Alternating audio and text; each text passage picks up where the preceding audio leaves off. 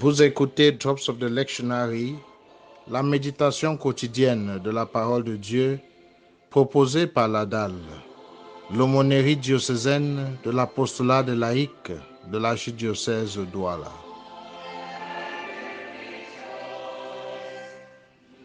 Seigneur mon Dieu, voici une nouvelle semaine qui commence.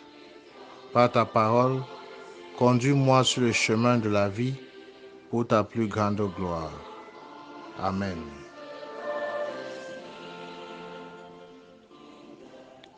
Lecture de la lettre de Saint Paul apôtre aux Galates, chapitre 1, versets 6 à 12. Frères, je m'étonne que vous abandonniez si vite celui qui vous a appelé par la grâce du Christ et que vous passiez à un évangile différent. Ce n'en est pas un autre. Il y a seulement des gens qui jettent le trouble parmi vous et qui veulent changer l'évangile du Christ. Pourtant, si nous-mêmes, ou si un ange du ciel vous annonçait un évangile différent de celui que nous avons annoncé, qu'il soit anathème. Nous avons déjà dit, et je le répète encore, si quelqu'un vous annonce un évangile différent de celui que vous avez reçu, qu'il soit anathème. Parole du Seigneur.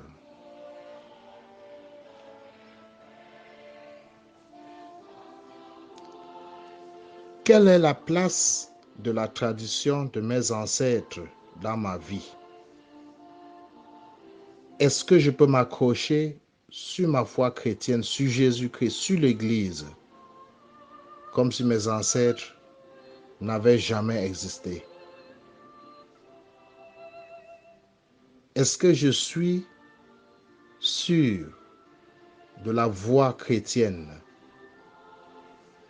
Est-ce que je ne peux suivre que la voie chrétienne dans ma vie? Est-ce que je ne peux pas suivre aussi la voie de la tradition? Est-ce que je ne risque pas trop en voulant être uniquement chrétien?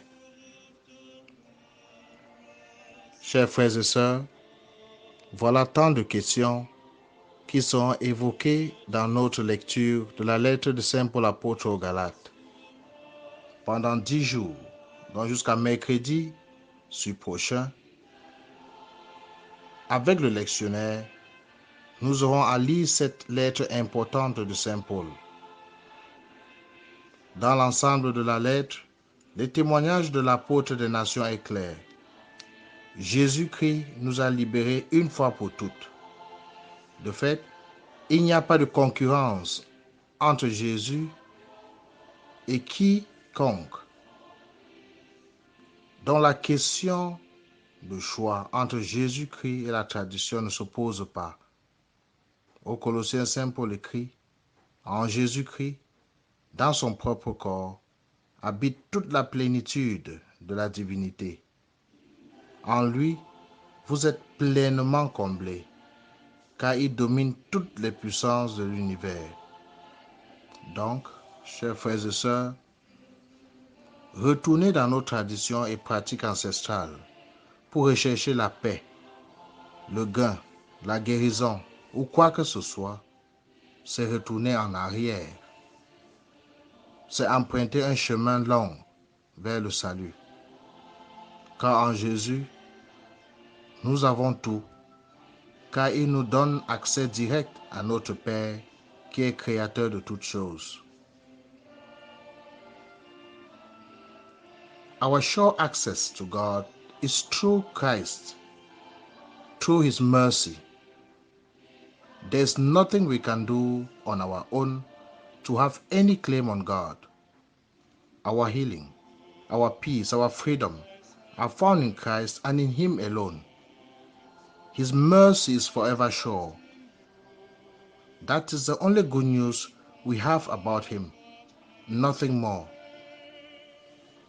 In a private revelation to Saint Faustina, A Polish nun who lived and died some 80 years ago and was canonized in the year 2000 by Pope John Paul II, our Lord says this: all grace flows from mercy, and the last hour abound with mercy for us. Let no one doubt concerning the goodness of God. Even if a person's sins were as dark as night, God's mercy is stronger than our misery. One thing alone is necessary, that the sinner set ajar the door of his heart, be it ever so little, to let in a ray of God's merciful grace.